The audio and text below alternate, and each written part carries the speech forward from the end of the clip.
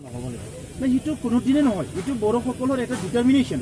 বড়োসকলৰ নিজৰ ডিটাৰমিনেশ্যন, নিজৰ আত্মা মৰ্যাদা লৈ জীয়াই থকা এইটো মানে যিটো নিজৰ অধিকাৰ, সেই অধিকাৰটো সাব্যস্ত কৰি পেলাই আত্মা মৰ্যাদাই লৈ জীয়াই থকা ছেল্ফ ডিটাৰমিনেশ্যনৰ কথাটো লৈ পেলাই সংগ্ৰাম কৰি আছে। ইয়াত কোনো ধৰণৰ আপোচ নহ'ব, কোনো ধৰণৰ পিছুৱাই অহাৰ কথা নাই।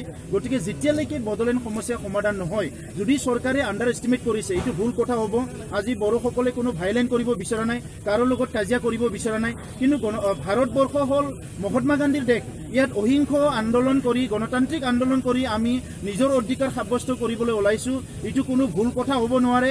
আৰু চৰকাৰে যদি এই গণতান্ত্ৰিক অহিংসৰ আন্দোলনটো যদি আণ্ডাৰ এষ্টিমেট কৰিছে, ইয়াৰ পৰিণামটো চৰকাৰে ভুগিব। কিয়নো আজি আমাৰ চৰকাৰ, আমাৰ দেশখন চলিছে এইটো এটা ৰাজনৈতিক প্ৰক্ৰিয়াৰ মাজেৰে। আমি চৰকাৰত কাকবা বহুৱাব নোৱাৰিলেও কাকবা কিন্তু হাৰাব পাৰোঁ, এই কথা স্পষ্ট। গতিকে যোৱা নিৰ্বাচনত 7খনকৈ বিজেপিয়ে ইয়াত মানে চিট জিকিবলৈ সক্ষম হৈছিলে। আজি 19ত কি হ'ব যদি কোনো সমস্যা সমাধান নকৰে? এইটো এটা ডাঙৰ প্ৰশ্ন আহি পৰিছে। গতিকে আমাৰ কথা স্পষ্ট, কোনোবা যদি আমাৰ কাৰণে চিন্তা নকৰে, আমিও কাৰো কাৰণে চিন্তা নকৰোঁ। গতিকে আমাৰ সমস্যা যদি সমাধান যোনে কৰে, সেই কথাৰেহে আমি চিন্তা কৰিম। যদি আপোনালোকৰ কোনো ধৰণৰ ব্যৱস্থা নকৰে, তেতিয়াহ'লে বিজেপি দলক প্ৰতিহত কৰাৰ কাৰণে আপোনালোকে আহ্বান জনাব? কোনো দল সংগঠনৰ প্ৰতি আমাৰ কোনো তেনেকুৱা মানে খুব মানে মৰম, খুব সন্মান এনেকুৱা নাই।